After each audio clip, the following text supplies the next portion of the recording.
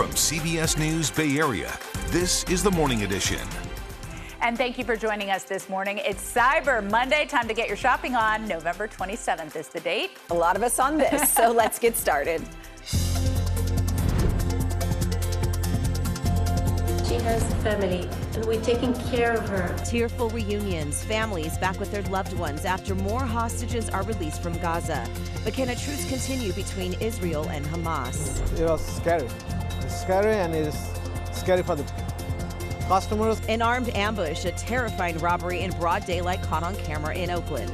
The people that aren't following your rules today are very likely not going to follow your rules tomorrow. Not giving up the fight. Street vendors facing off against the city of San Francisco over a new ban starting today.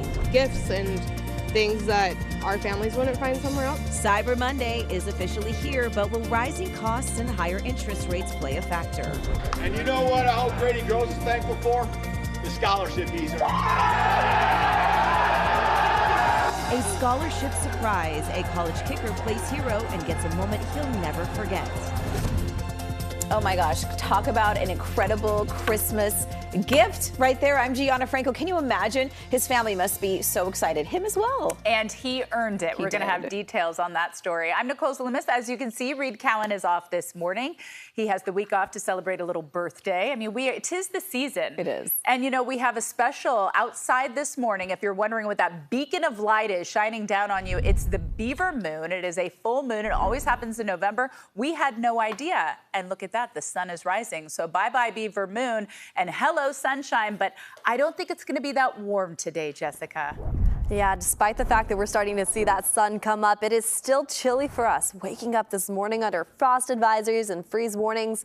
Let's dive into that forecast right now, starting off with another beautiful live look of the Bay Bridge from the Salesforce Tower Cam. When we could see both of those things, the Salesforce and the Bay Bridge, that means that we're off to clear conditions widespread throughout the Bay Area. But we are under a coastal flood advisory for all the Bay Area waters starting this morning at 8 a.m., lasting until 1 o'clock this afternoon. High tide actually happens around 10:30 this morning, where we're expected to get close to around 7 feet. So if you live in those low-lying areas, just keep that in mind. And also, I'm going to pick on the North Bay a little bit more. We're under a frost advisory for the exact same highlighted zones and regions on this map until 9 a.m. this morning, widespread throughout the North Bay. We are dealing with very chilly temperatures right now. A freeze warning in effect until 9 a.m. in areas like Vallejo, stretching all the way off into the Sacramento Valley. We are off to a brisk, cool start throughout the Bay Area right now. Temperatures sitting in the low 30s, anywhere from Sonoma all the way over into Napa. And as we stretch a little bit more off into the east, we're even cooler up near Fairfield, a little bit warmer down into the Santa Clara Valley. But into this afternoon, we're all going to average out pretty much into the 60s. So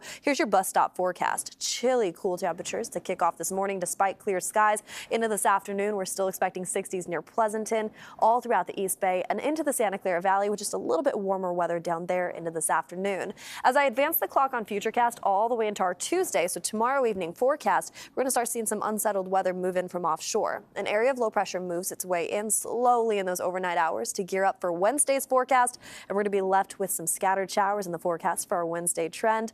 I'm also going to be seeing cooler temperatures in that forecast, too, thanks to the system. I'll have more on that in a bit, but for now, over to you, G. All right, Jess, thank you. I'm going to start with the live look at the Bay Bridge. Sort of sets the tone of where we're sitting at for the morning drive, which is busy already. 7 o'clock is that busiest hour for your morning commute. So get that jacket, get in the car, get going. You're going to need some extra time as you head into San Francisco this morning. Busy across the upper deck of the Bay Bridge as well. Speaking of bridges, if you're getting onto the San Mateo Bridge, might be a bit of a struggle taking 880 this morning. Southbound Castro Valley Y connector 580 getting onto 238 onto 880 is slow and go. In fact, once you get south of there into Hayward, it's really busy in both directions right near that 92 connector. We've got a couple of crashes there, so slow and go conditions there, which means it's going to be busy getting onto the San Mateo Bridge as well. And mostly on that east end. Once you get a little bit past the incline, gets better heading towards 101 and busy south 680 from the Dublin interchange all the way into the Sunol grade.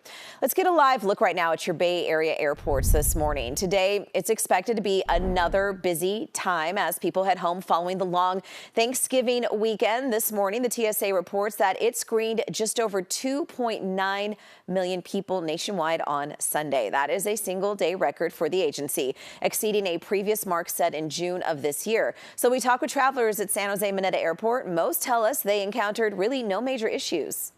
I think the airport itself handled it pretty well. I mean, they were probably expecting a large influx of people going in and out from the holidays, so I think they handled it pretty well. And according to the FAA, nearly 45,000 flights nationwide were scheduled on Sunday, and the rush will carry into today. It is the fourth and final day of the ceasefire between Israel and Hamas, but now there's new hope that the pause in fighting could continue.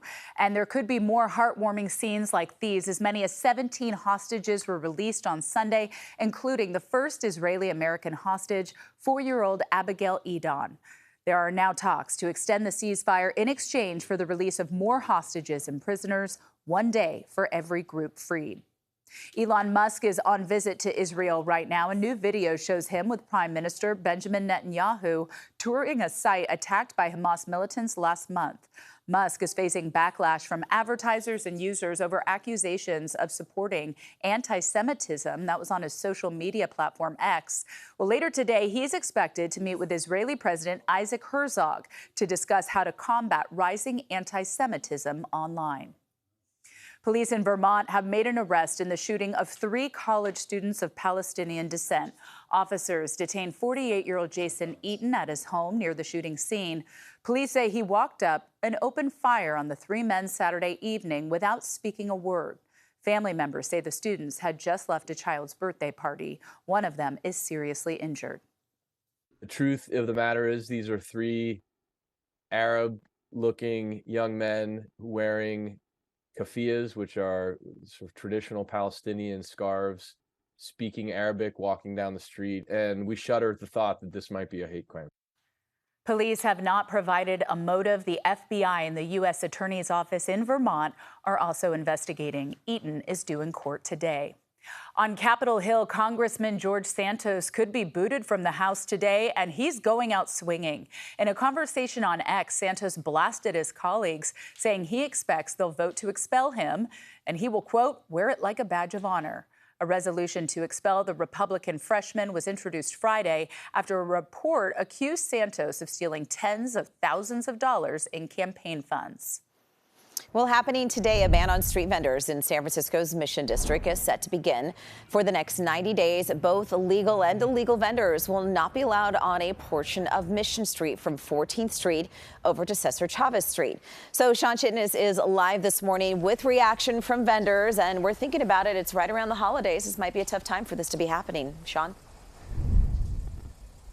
Hey, Gianna, good morning. And that is certainly their concern, that the ban is happening around the holiday season. They would like to see that delayed. City leaders saying, though, that it's a chaotic situation in that part of the Mission and that there are some safety concerns.